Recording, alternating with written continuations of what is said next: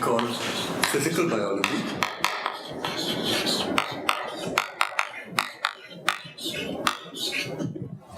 And the aim of this course is to try and identify and emphasize some different sorts of arguments that you can use in biological systems. So first of all, what we want to do is to emphasize physical arguments.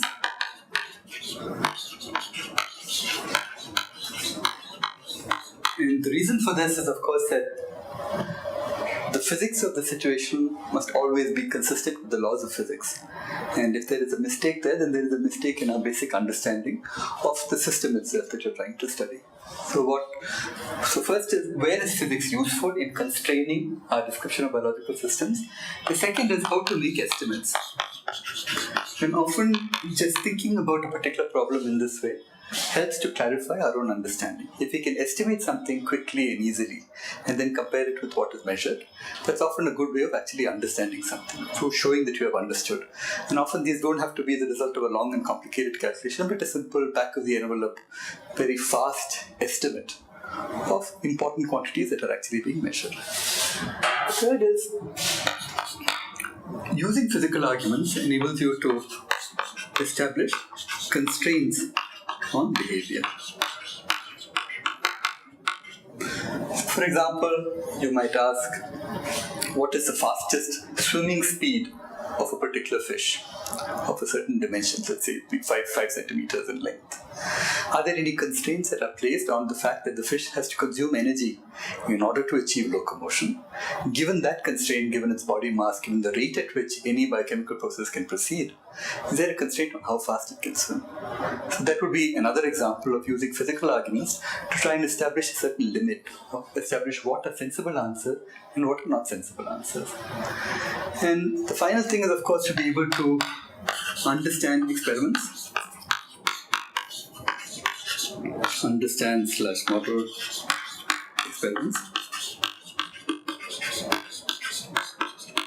and sort of an earlier generation of biological experiments were qualitative in nature, sort of looked at establishing qualitative relationships between measured objects. But now the whole nature of that field has changed to becoming more and more quantitative. And it's not enough to say that this increases if this decreases, but you have to ask how much does it increase and how much is that increase correlated with a decrease in something else. For example, decrease a particular protein concentration and ask what are the resulting effects of that on the organism or on the behavior of the organism. So here are reasons why we might want to use the study of physical effects in biology to try and understand biology better. And what this course will actually do is to sort of explain arguments like this, tell you how to estimate things, tell you where the basic physical principles that constrain biological behavior operate, and enable you to think about biological data in a way that is useful, both in terms of being able to communicate with experimentalists, to understand what they do, and to, in a sense, improve on existing analysis to get more and more information out of that. Okay? So let me, first of all, start by reminding you of something. First is, of course, a fairly straightforward thing that you should remember, which is scientific notation in terms of exponents. For example, 10 to the 0 is 1, 10 to the 2 is 100, 10 to the 1 is 10 itself, and so on. So this notation, if you thought, I'm sure you remember it and you have all seen it at some point. I'm just reminding you of it because that's how we will actually use. Alright. So now let me just give you a simple example of what it means to understand/model experimental data. And that is something called Kleiber's law.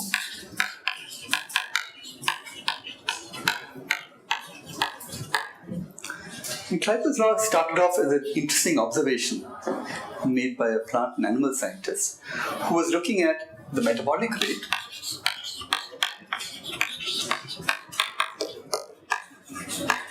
which is the rate at which an organism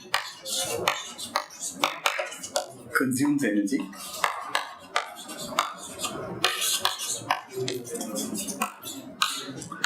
with the mass of the organism. let's call this quantity B, and the unit of B is energy per time because it's energy consumed in units of time. So one might be something like kilocalories per day, might be a good unit for measuring this. Okay. The mass of the organism, whatever you study, could be measured in, for example, kgs. What sorts of organisms might you want to look? So Kleiber looked at various things starting from elephants to humans to mice, a whole lot of stuff in between. And it's not just Kleiber's data, but people who looked at this problem after Kleiber to try and understand what was the relationship between this quantity B and M. So what Kleiber found, and was later corroborated by a bunch of other measurements, is that if you plotted B here on this axis, you plotted M on this axis in a particular way. That is, you choose a logarithmic scale for both of these units. So over here you might have 10 to the power minus 6, 10 to the power minus 4, 10 to the power minus 2, 10 to the power 0, 10 to the power 2, 10 to the power 4.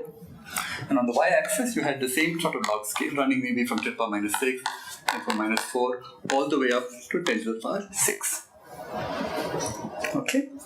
So now, given any one of these organisms, let's say the adult version of these organisms, you can ask how much energy does it consume a day versus what is the mass of that object.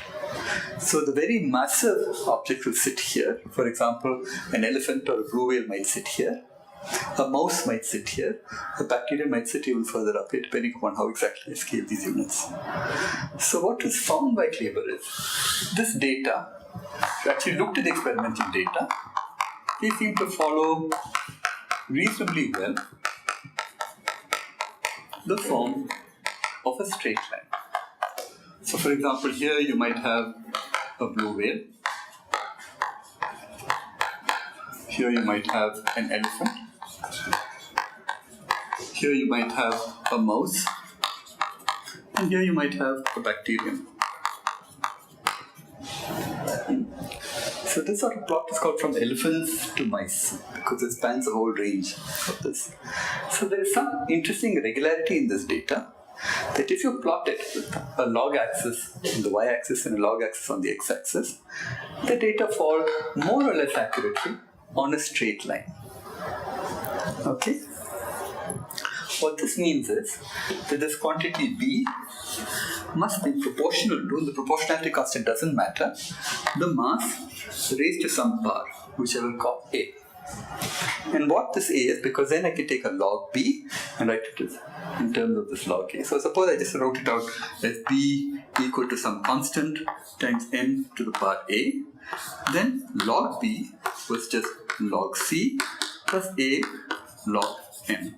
So this slope, if I plotted log B versus log M, would tell me what the value of this quantity A would be. So Kleiber's sort of plotting data in this way showed him that the exponent A was 3 by 4. And now, over many years and many experiments, it seems to show that this really is the case. Not only that, many properties on the left-hand side, not just the energy consumption, not just the metabolic rate of the organism, but other quantities as well, show similar scaling with some other power to the power 1 by 4. So the 1/4 scaling, this behavior by which one quantity depends upon the other in a power law manner, is called scaling. So some languages. First of all, I'm going to call this a power law dependence.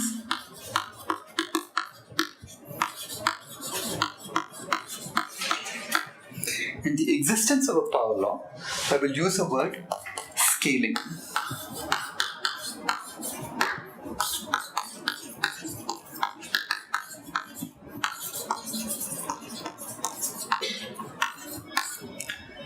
In fact, there's a specific word for the behavior of various quantities that exhibit power laws when plotted as the logarithm of their mass. This is called allometric scaling.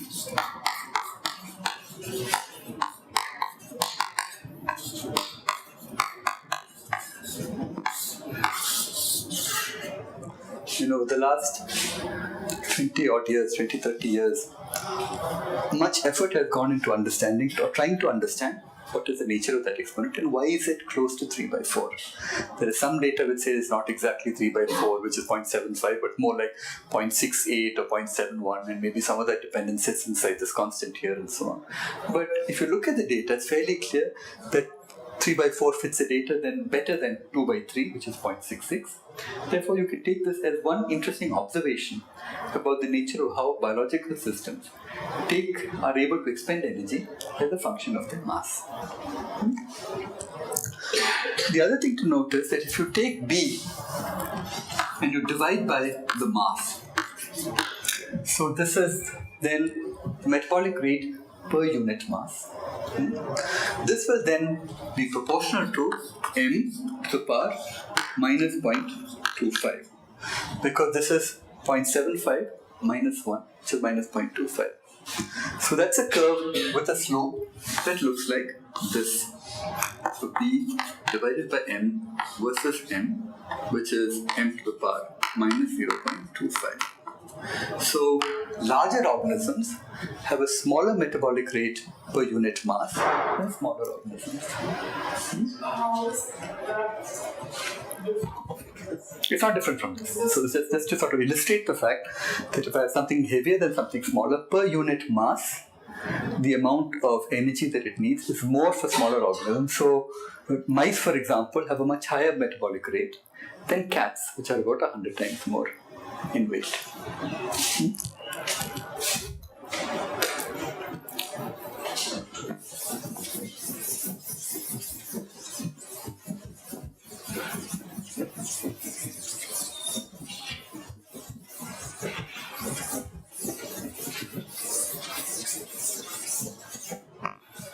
So, just sort of going to that, we can sort of say that, look, if the mass of a cat by the mass of a mouse is about 100, then the ratio of the metabolic rate for a cat divided by the metabolic rate for the mouse is about 32.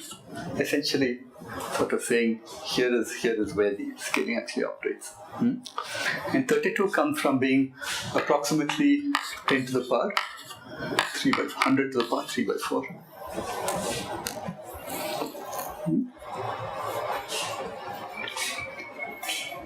How do you estimate 100 to the power 3 by 4? I mean, suppose I wrote down 32, but then you have to sort of figure out, do I use a calculator to calculate it, or can I estimate it in some way? There are sort of rough and ready ways in which you can estimate it. For example, 10 to the power 1/2, 100 to the power 1/2 is 10. 100 to the power 1/4 is 10 to the power 1/2, which is square root of 10. Approximately how much is square root of 10? It's somewhere between 3 and 4. And 3 would give you 9, 4 would give you 16, so it's probably closer to 3 than it is to 4. And maybe you can sort of try that, alright, let me try 3.1. So 3.1 squared is 9.61. And 3.2 squared would be 4, 10.24. So it's somewhere in between 3.1 and 3.2. And maybe you can sort of push it a little faster, a little further to something like, 3.15 or something like that. So that is square root of 10, which is 10 power 1 by 4. And then I must take this and raise this to the third power in order to get the factor of 3 here. So 3 squared is 27. 3 plus a little bit squared is probably close to 30. Actually, it turns out that if you take this and square it, if you take 3.17 and square it, you get a number that is very close to 32. And that also turns out to be consistent. So, I mean, this is a slightly more complicated example than I would have normally liked to have given you. But here's an example of how you should be able to quickly calculate with these numbers and simple arguments. Remember, we're not interested in exact answers. I don't particularly care if this is 31 or 30 or 34 or 35. It should be somewhere in the neighborhood of 32, because that's the sort of point that I want to illustrate, that even though the mouse and the cat differ by a factor of 100 in terms of their mass, the metabolic rates differ by only a factor of about 30. Which again is consistent with all of these things that I mentioned here, and this power law dependence that I wrote down here.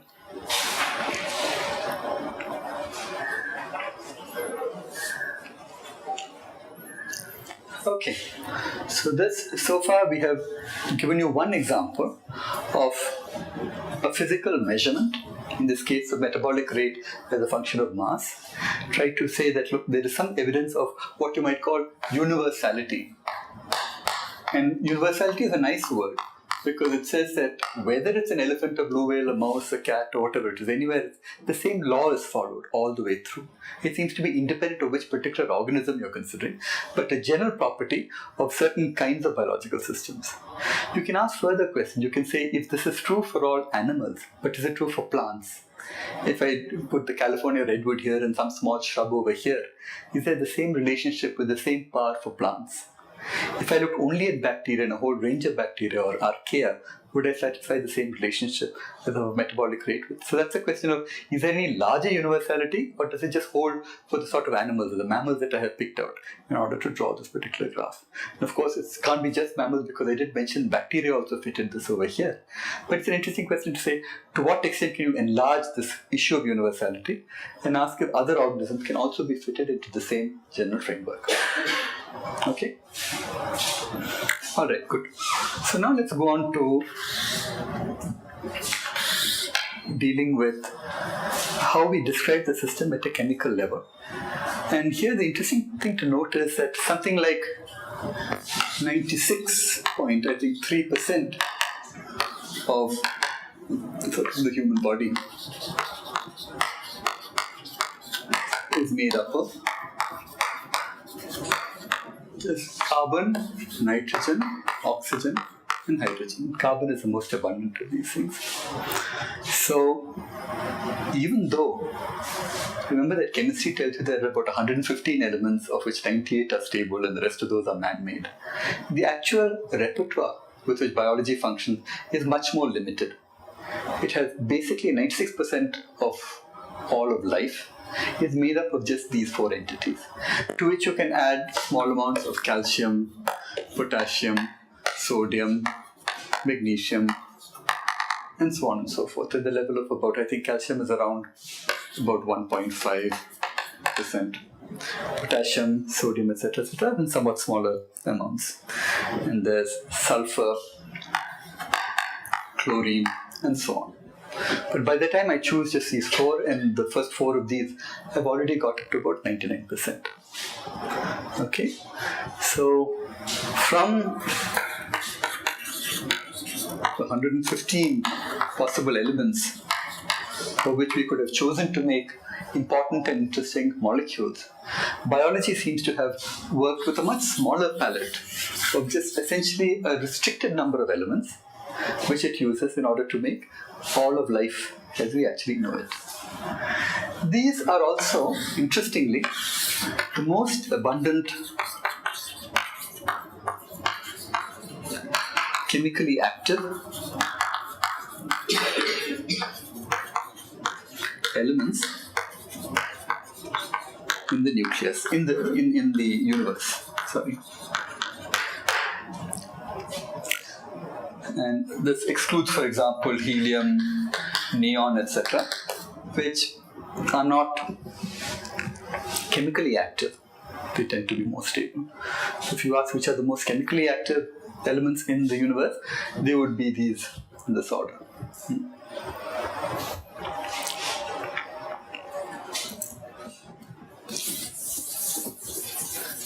So where does all of biological complexity come from? If you might have said that, look, if I had 150 or let's say even 98 elements to choose from, I can make lots and lots of complicated chemical compounds. But I don't have that. I only have a much smaller set to work with, which constitute all of living systems and all of biology. So the complexity comes from the fact that you can make macromolecules. So the complexity is from the fact that these form macromolecules, which are essentially large molecules, otherwise known as polymers. A macromolecule is anything larger than a sort of set of 2 or 3 elements bonded together. So there are 4 major classes of biological macromolecules.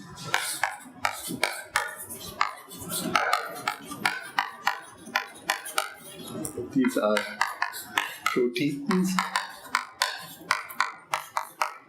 carbohydrates,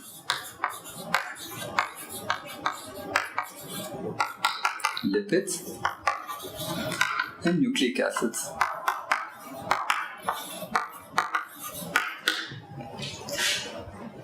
All of these have evolved so as to fulfill very specific functions within the cell.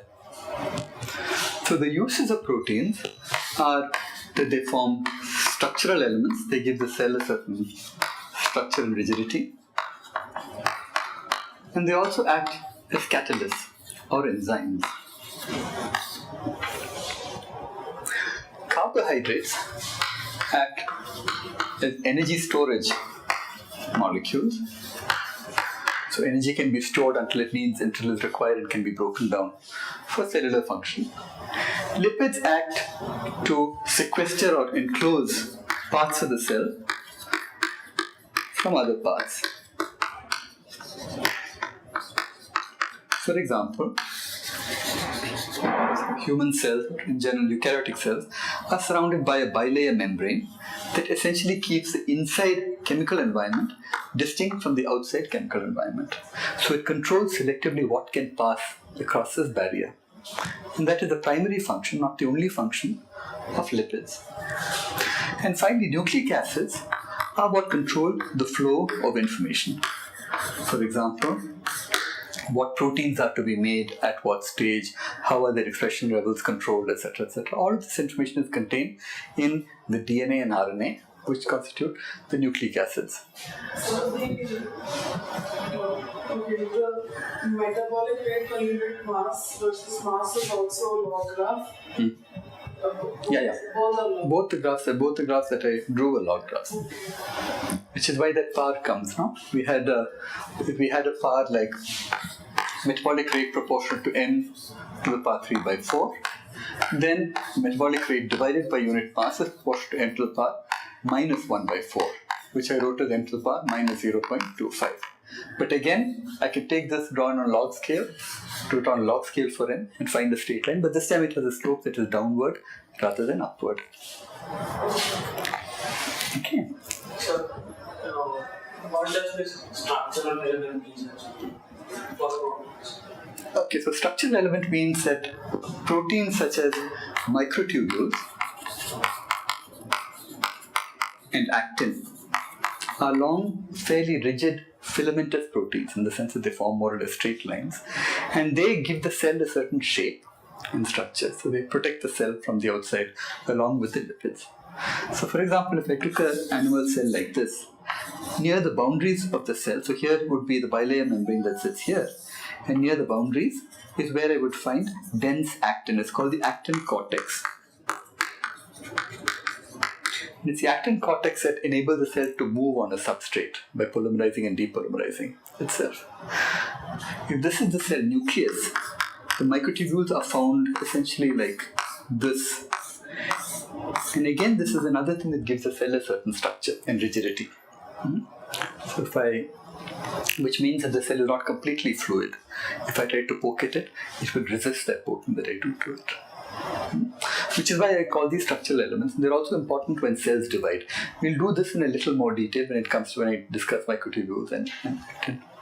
So regarding the V, this metabolic rate, how do we actually measure the? So there, I can give you a reference to look at it, and even there are arguments about what is the right way to measure it in terms of can you estimate what is the level of, for example, the original way in which it was done was to measure the fact that the organism is constantly at a particular temperature, which means it is releasing energy to its environment, and using temperature as a proxy for how much energy you had to burn and transfer through your skin was an estimate for the metabolic rate. But there are other ways of doing it, and in fact some of the controversy comes from the fact that there are different ways of measuring this object, and what is the optimal way of measuring it is not very clear. But it's certainly true that if it's a consistent way of measuring it, the 3 by 4 law appears to hold true.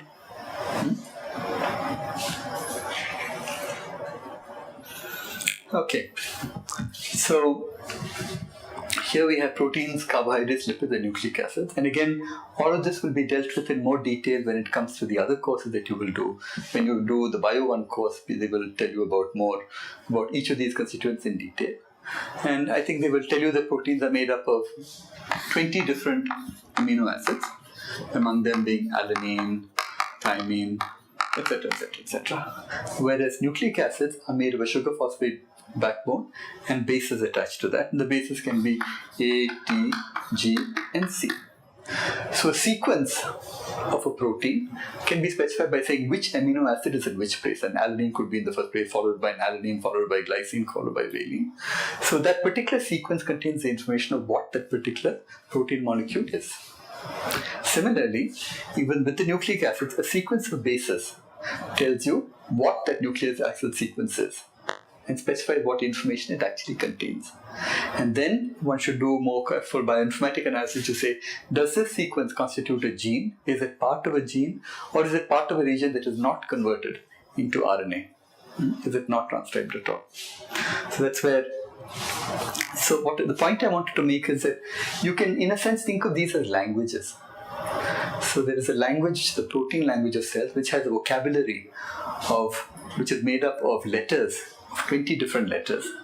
And you can think of these protein molecules as essentially a word made up of these letters, which carries a certain meaning in terms of its function. Similarly, even for nucleic acids, the sequence of DNA is also like a word with a smaller alphabet. There are only 4 letters in this alphabet, but there are 20 letters in the protein alphabet. And thinking about these as words or sequences of symbols, which can be thought of in different ways in bioinformatics, is another way of understanding several interesting properties of these. For example, comparing sequences across different organisms tell you something about how these organisms are related to each other. At what point did they have a common evolutionary ancestor? At what point did they diverge? How similar are proteins across different organisms? So you can either compare the nucleic acid sequence that gave rise to that protein, or you can compare the proteins themselves and see, does the fact that they have the same function imply that they have a largely similar structure, or can they be very different but be doing the same thing? Okay. Okay. So now let me go on to describing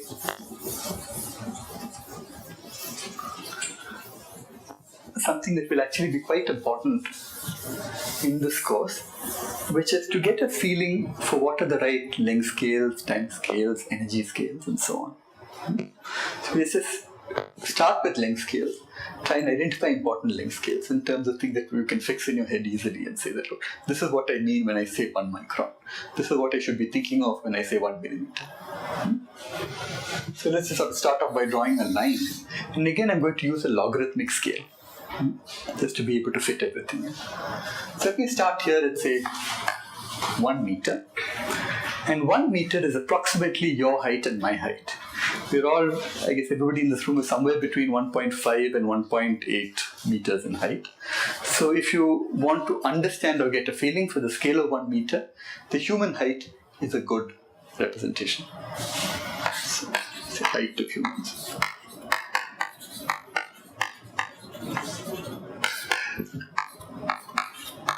"10 meters is about 30 and odd feet. So 10 meters is roughly a 3-story building. It's also about the size of an anaconda. So that's one way of remembering it.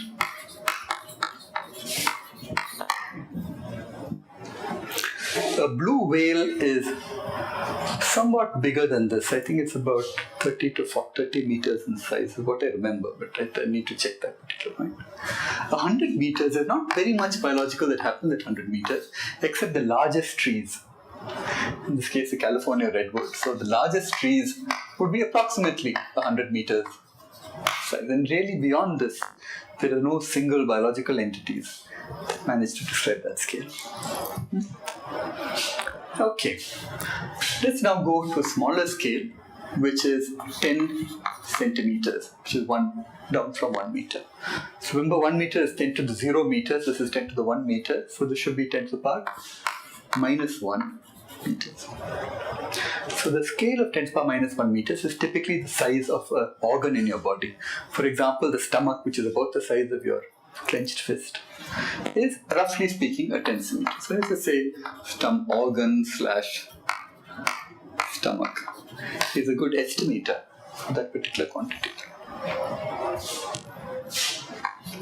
10 to the power minus 2 meters is 1 centimeter. And of course, there are various organisms that are about 1 centimeter in size. And one organism that is used by biologists as a model system is something called zebrafish. It's a type of transparent fish that is useful for genetic studies as well, because you can actually see everything that happens at different scales of development. So it's studied both for genetics and for development. Okay, let's try 10 to the power minus 3 meters, which is 1 millimeter.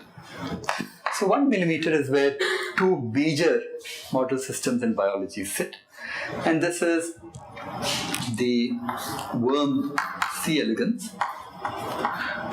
and the fly Drosophila melanogaster. These are about 1 to 2 millimeters in size. So you can see them in the naked eye and do experiments on them in a fairly. They also have a short life cycle, so it's easy to look at developmental things. The C. elegans is also fairly transparent, so you can also look at that as a model system to study other types of interesting things. So the C. elegans is transparent? C. elegans, yeah. It's a worm, it can be easily imaged. It looks like that. This is a fruit fly.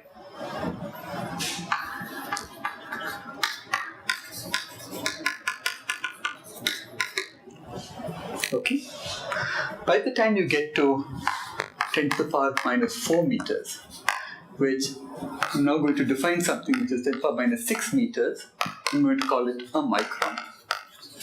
So this is 100 microns. 100 microns is roughly the largest human cell, which is the female egg, which is about roughly the size of taking a pencil, touching it and looking at the dot that that pencil makes. It's barely visible to the human eye, but it's the largest cell of our bodies. So this is the female egg. Okay. And the giant squid axon, which is a very popular system in neurobiology, very classic system in neuroscience, sits somewhere here. It can be up to about a millimeter, less than a millimeter in size. Okay? Alright, now we get to 10 power minus 5 meters, which is the same as 10 microns. And 10 microns is, give or take a bit, roughly the size of cells in your body. Okay? So, eukaryotic cells, so human beings are eukaryotes. So 10 power 5 meters, which is 10 microns or 10 micrometers, is the size of a eukaryotic cell. So, roughly speaking, somewhere between 10 and 50 microns is a good estimate for the cell size. And by the time I get to 1 micrometer, which is the same as 10 power minus 6 meters, then I have to look at organelles within the cell. So the nucleus is anywhere between about 4 and maybe 10 microns. So the nucleus, mitochondria, and other large cell organelles sit roughly here at 10 power minus 6 meters or 1 micron. This is also the characteristic size of bacteria. And one bacterium that we described in some detail is E. coli. That's the size of E. coli is roughly, it's like a cylinder whose length is about 2 microns and whose diameter is about 1 micron in size. Okay? So now we've run out of space on this side, so I'll have to sort of draw that on the other part of the board.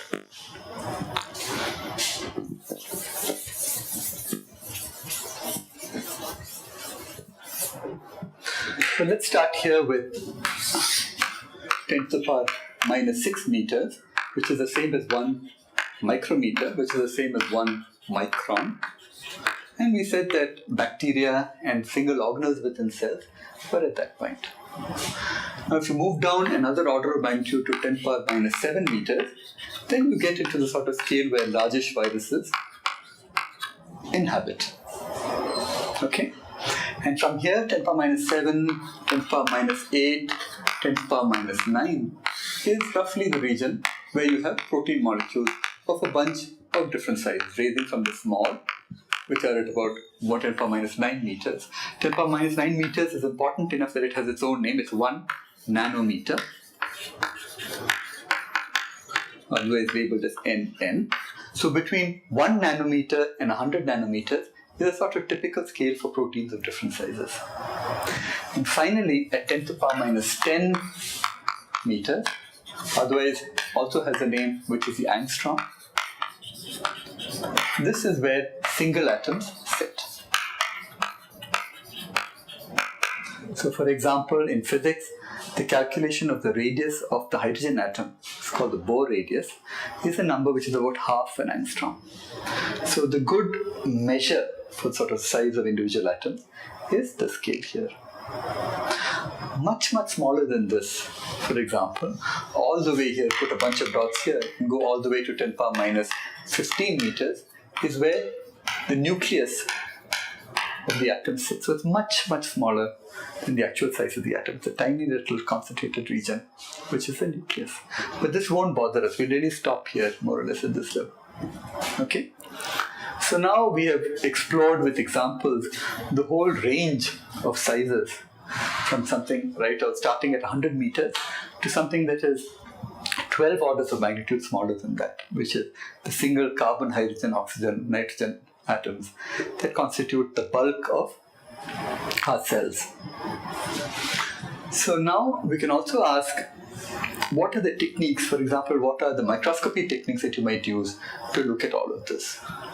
But certainly to go from about 1 millimeter upward, you don't need anything special. That's your ordinary naked eyes will do. Ordinary vision will do fine. You will begin to have problems from about 10 power minus 4 meters onwards and below.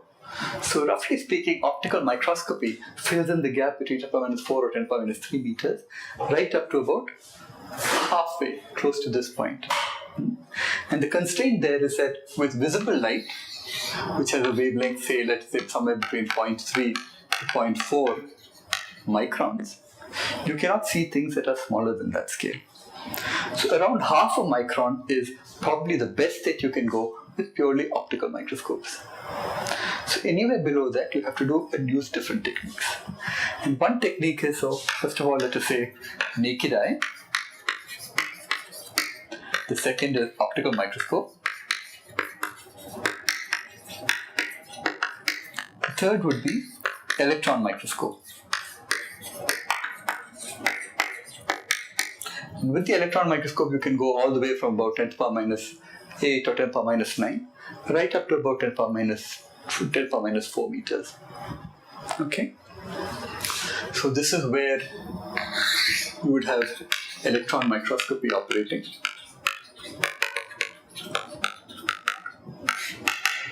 And NMR is a somewhat smaller region here that essentially can look at the fluctuations within molecules, how bonds fluctuate, and what are the energies involved in that.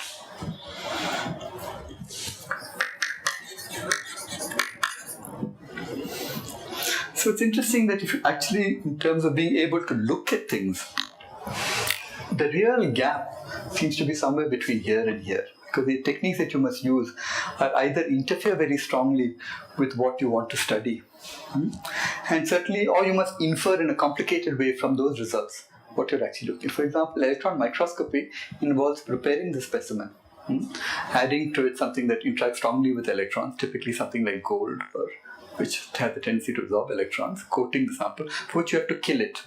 It's called fixing the sample. So you can work with fixed sample electron microscopy all the way here. But in a sense, you've killed it. You can't look at the live version or whatever it is that you wanted to study. So here is a big barrier in terms of being able to directly look at things. The fact that optically, you really can't see. With optical means, you can look at live specimens, but you're always constrained to live, roughly speaking, up to about 0.5 microns and not less than that. The other techniques are, of course, to specifically label molecules that you're interested in. For example, I mentioned actin and microtubules. You can add fluorescent labels to those actin and microtubules, specifically go and pick them out and attach to them. And then you can ask what is the distribution of actin and microtubules within the cell. So again, then with those methods, you can do somewhat better than optical resolution, because you're trying to extract a signal from these fluorescent molecules that emit fluorescent light, and using clever microscopy techniques you can study those.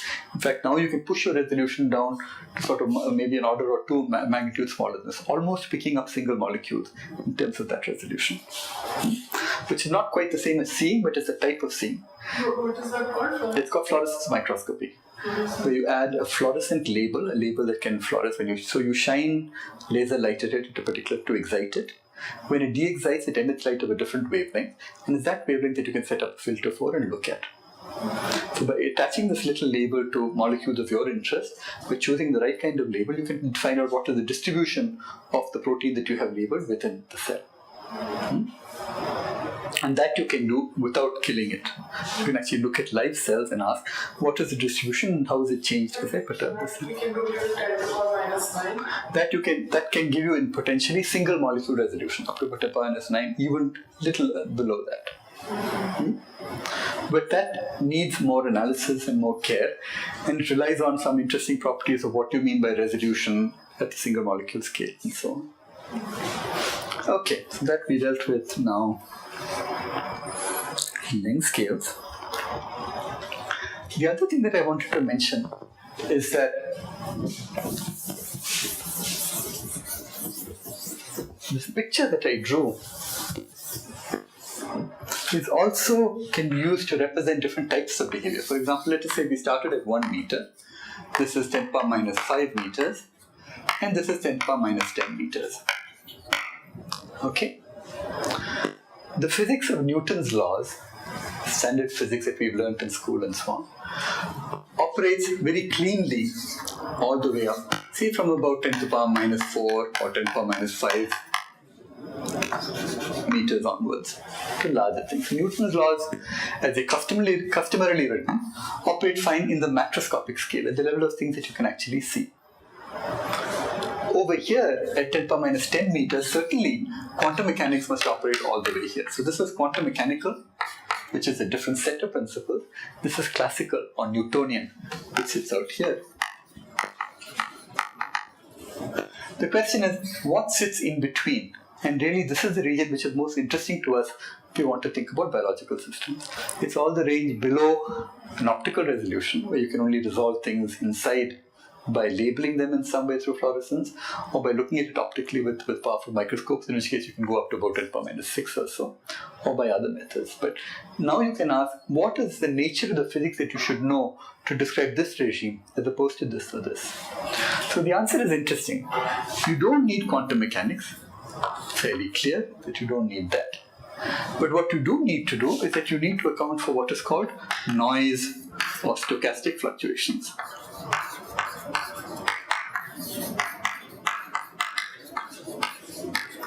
The noise or stochastic fluctuations, also called thermal fluctuations.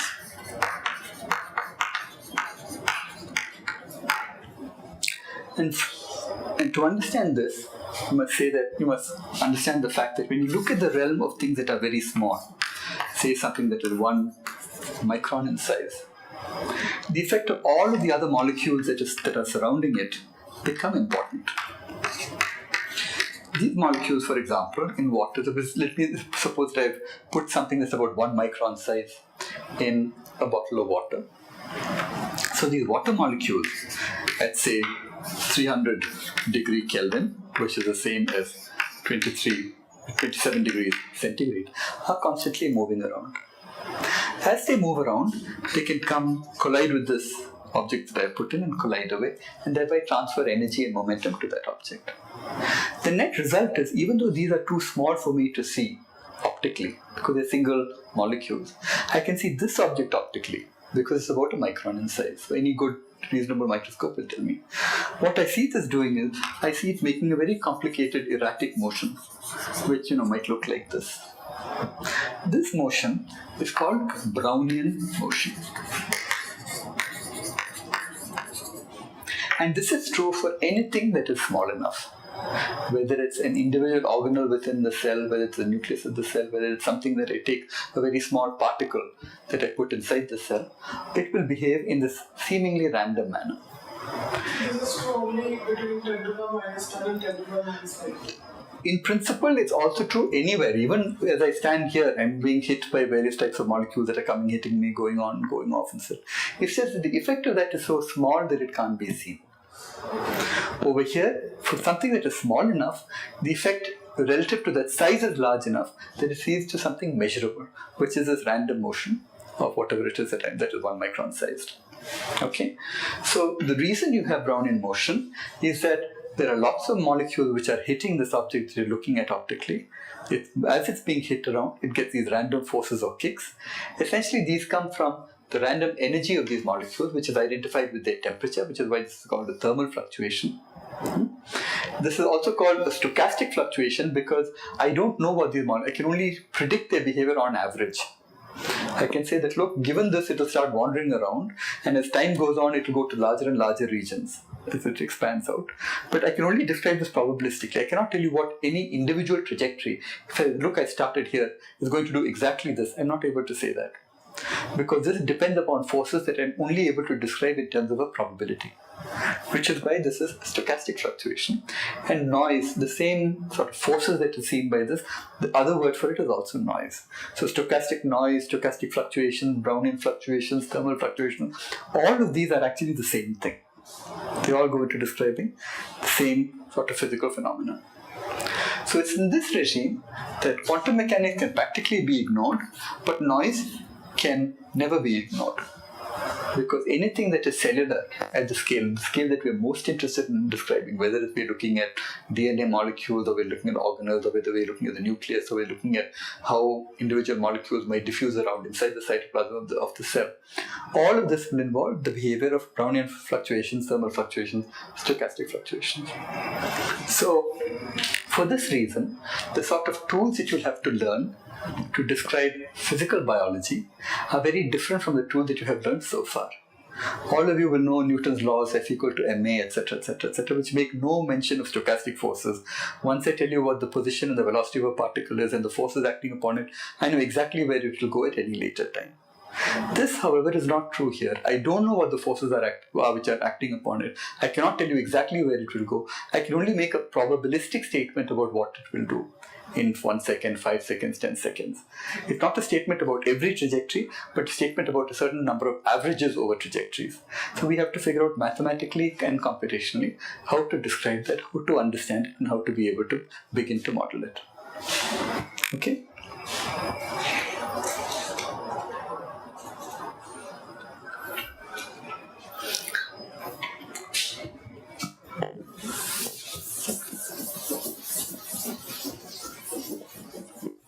So having now described length scales, let me also now briefly describe useful mass scales.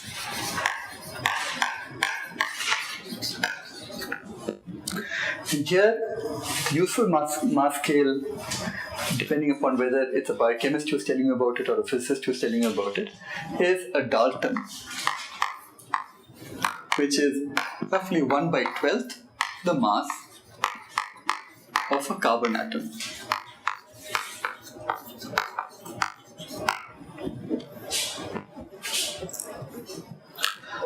Having defined it in this way, we can also figure out how to calculate this in terms of another quantity, which is the mass in grams. And for that, we need to know that the carbon atom has 6 protons, 6 neutrons, 6 electrons. Okay.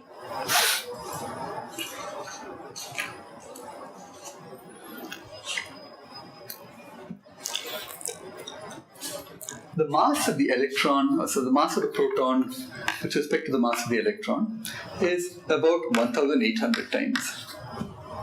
So pretty much I can neglect the number of electrons when I calculate the mass because it's so much smaller than the mass of these other two components. On the other hand, the mass of the neutron divided by the mass of the proton is approximately 1.00 something. They're about the same. Okay? So I can really need to worry only about the protons and the neutrons when I need to calculate the mass of this.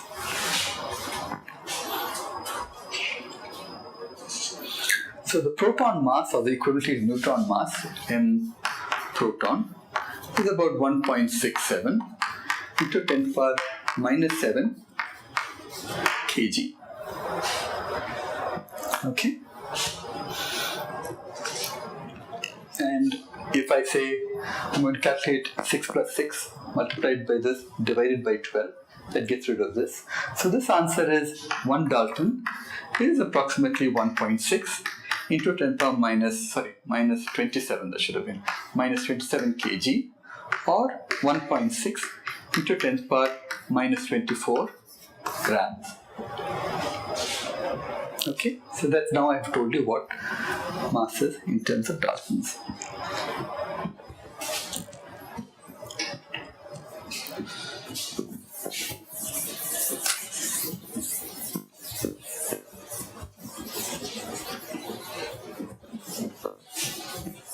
So remember that there are 20 amino acids. All of them have a different structure. But I can say on average, what is the weight in atomic mass units? So 1 Dalton, the other word for this is atomic mass units, or AMU. What is the typical AMU of an amino acid? That number, a good estimate, is about 100 Dalton. One amino acid is approximately 100 Dalton in mass. Okay?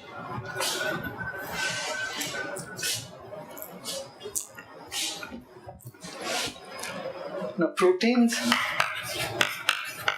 are made up of amino acid. In a typical protein, let's say typical, has about 300 amino acids. So the mass of a typical protein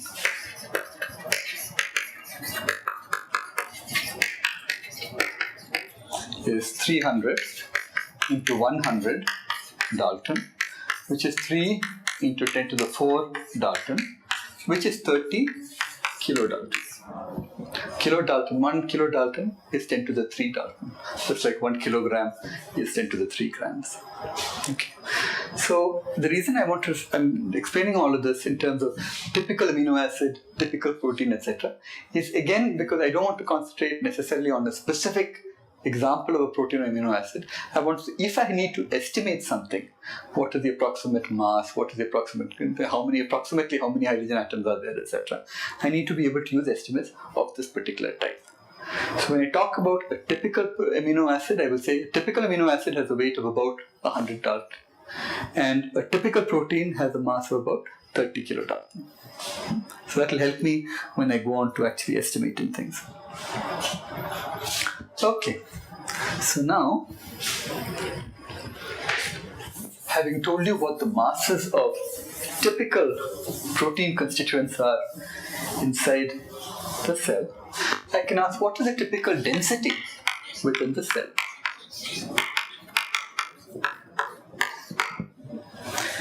And roughly speaking, again, order of magnitude, ballpark figures, the density in the cell is typically the density of water.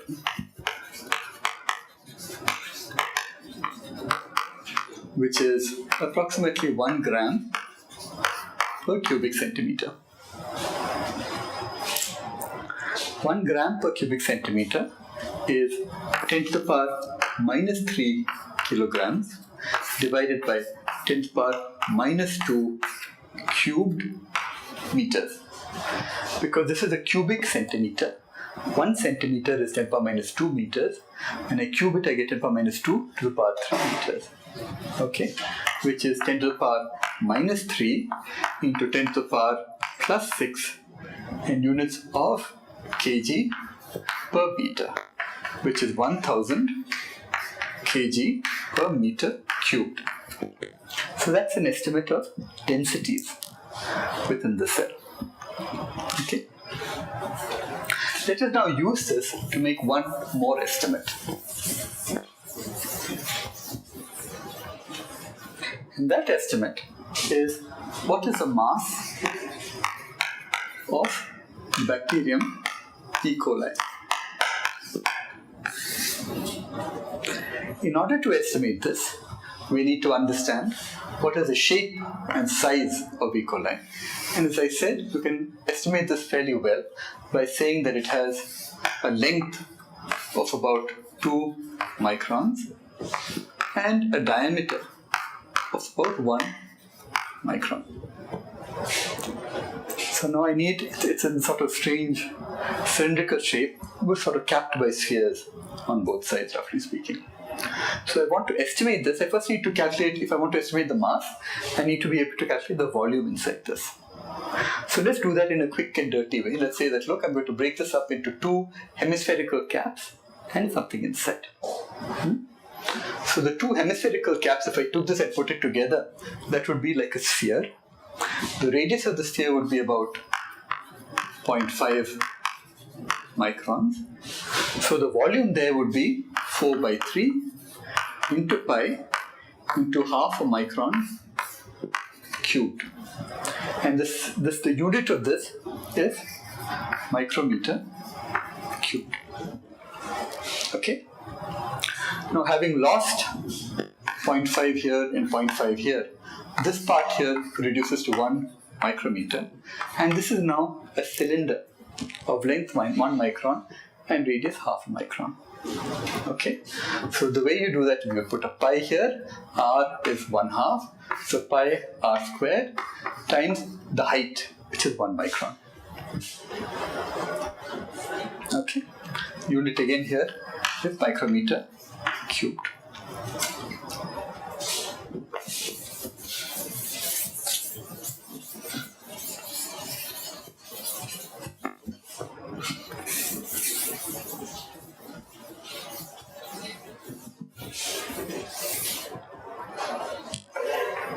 So let's put all these factors together. So that is 4 by 3 into 1 by 8 into pi, correct? Plus pi by 4 micron cube. So let's just estimate that. What is pi by 6 plus pi by 4? This would be 2 pi by 12 plus 3 pi by 12, which is 5 pi divided by 12. And 5 pi by 12 is approximately, let us just say 1, because pi is roughly 3 multiplied by 15 by 12, which is 1 point something. But again, I'm not too concerned about what that is. Okay. So then this volume is, roughly speaking, 1 micrometer cubed. So what is the mass? The mass is the density times the volume. The density is 10 to the 3 kg per meter cube into the volume, which is 1 meter cube. So that is 10 to the power minus 6 cubed, because 1 micron is 10 to the power minus 6 meters. So this is 10 to the 3 into 10 to the power minus 18. This is 10 to the 3, this is the density, this is meter cube. Okay? Yeah. Which is 10 to the power minus 15 kg, which is 10 to the power minus 12 gram, which is also known as 1 picogram, where pico is 10 to the power minus 12. Okay? So the mass of E. coli, of one bacterium of E. coli, is now 1 picogram. As we have calculated it. We did this very roughly just to sort of illustrate where these numbers come from, how to estimate very fast. Okay, so now we have looked at estimating length scales and getting an intuition for different length scales. We've looked at estimating mass scales and getting intuitions for different types of mass scales and the units in which they measure, the unit of Dalton, the unit of gram, etc., etc. Let us now do time scales very fast. Time scales turn out to be a little more complicated, mainly because of the very large range of different time scales that exist. But very roughly speaking, let us say that one day has, I think, 86,400 seconds in a day. Multiply by that by a year, you get, say, approximately 300 into 86,400 in 1 year. And if I say that this is roughly speaking about 10 to the power 5, and this is 10 to the power 2, that is about 10 to the 7 seconds in a year. So one lifetime, one human lifetime, which is 100 years, is approximately 10 to the 9 seconds. Okay? Evolutionary timescales for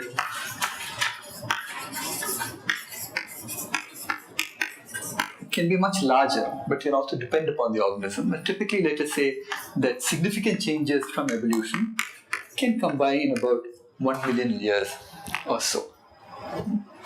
And bacteria can tend to evolve faster. Anything that multiplies faster can also change across multiplication. But let's just say that for large mammals like us, the right time is about 1 million years, 500,000 years to show any significant changes, evolutionary changes. So these are all very large numbers, but at the smaller scales, you can ask, how often does an E. coli divide? So what is the cell cycle time of E. coli? This turns out to be somewhere anywhere between 20 to 40 minutes, depending upon the strain and the culture conditions. If you look at something a little more complicated, such as yeast, this number can be somewhat larger, and yeast divides roughly, let us say, every 90 minutes. So the cell cycle time in yeast is about 90 minutes, cell cycle time in E. coli is about 20 to 40 minutes. If you ask how often do the most rapidly dividing cells in your body or adult bodies divides, that's about 24 hours. Human cells rapidly dividing. Of course, there are cells that don't divide at all once you reach adulthood. For example, brain cells, that types of nerve cells. So 24 hours is a good estimate for how often the cell cycle time functions inside a human. And chemical reaction time scales can also vary a very large range. For example, you can go all the way from about 10 to the power minus 15 seconds to about 10 to the power minus 9 or 10 to the power minus 8 seconds, depending upon what the conditions are. So it's a little more difficult to give you very generic estimates for what this is, because this tends to depend more upon what is the organism that you're studying and what the conditions are that you're looking at. So these are just rough estimates, again, of times that might be important. In particular, cell cycle time is important for most types of calculations.